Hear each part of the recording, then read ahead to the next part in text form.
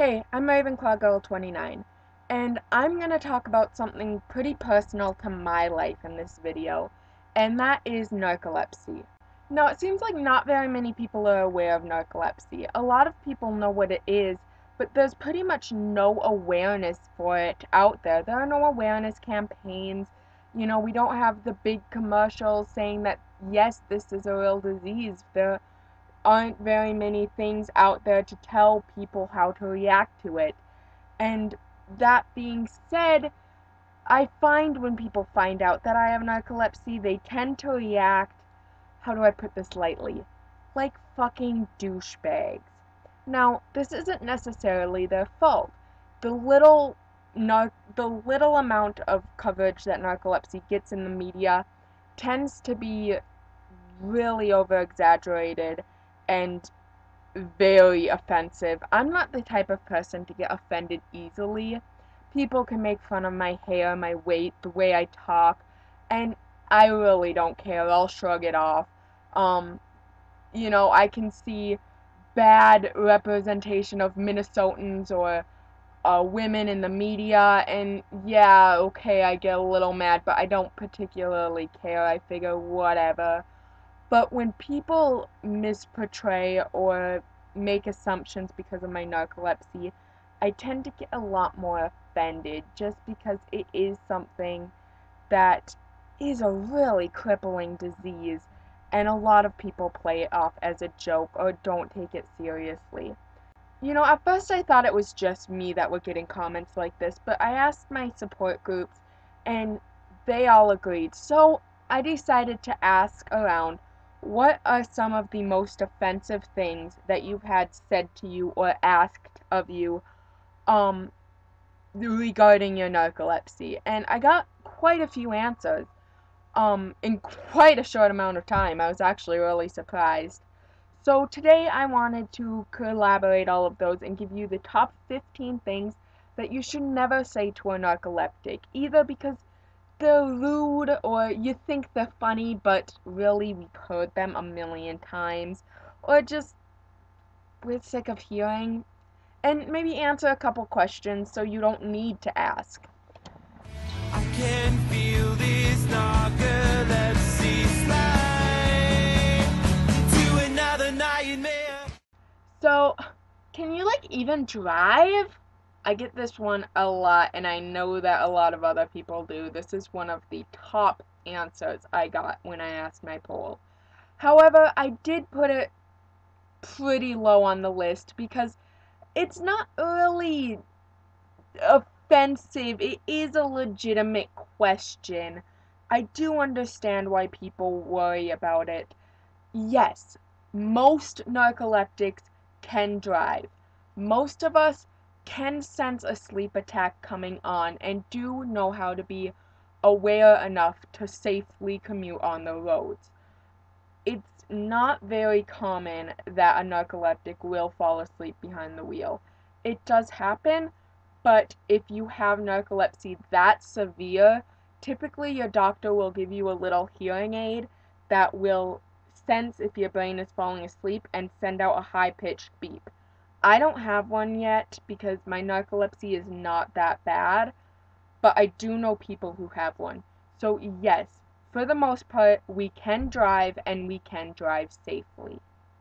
I can feel this narcolepsy slide to another nightmare. Don't worry, we'll just set an alarm clock to wake you up.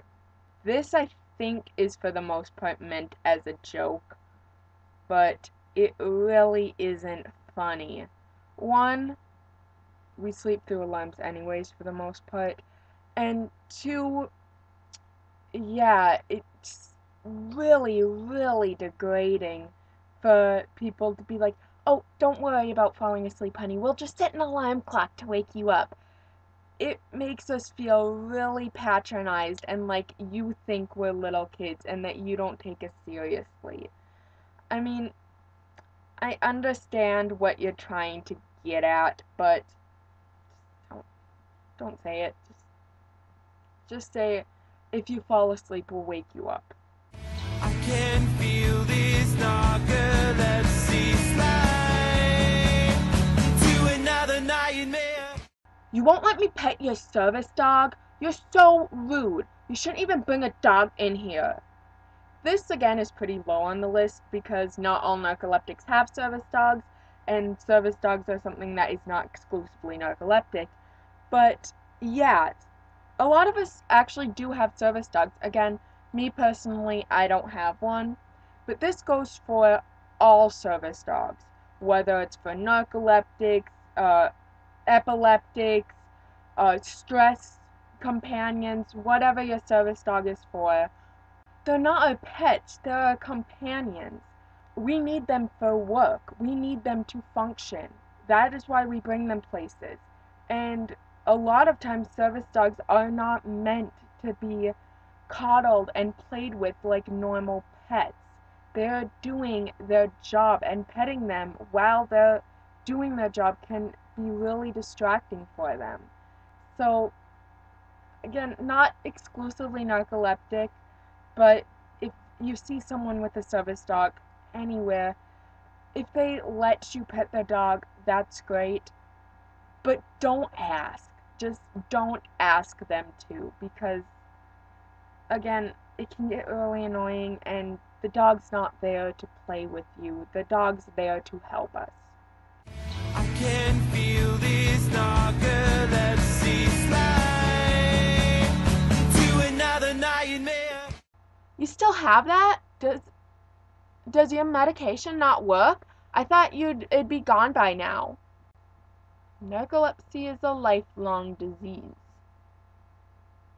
Lifelong. We will have it forever. Medicine can help, but it is not a cure. There is no cure for narcolepsy. It's not gonna go away. I can feel this narcolepsy slide to another nightmare. Just go to bed earlier. I don't think you have a fundamental understanding of what narcolepsy is. The amount of time we sleep has nothing to do with it. We can sleep. Once I literally slept 23 hours. I woke up 1 hour a day, and I'm still tired the next day. It does not matter when we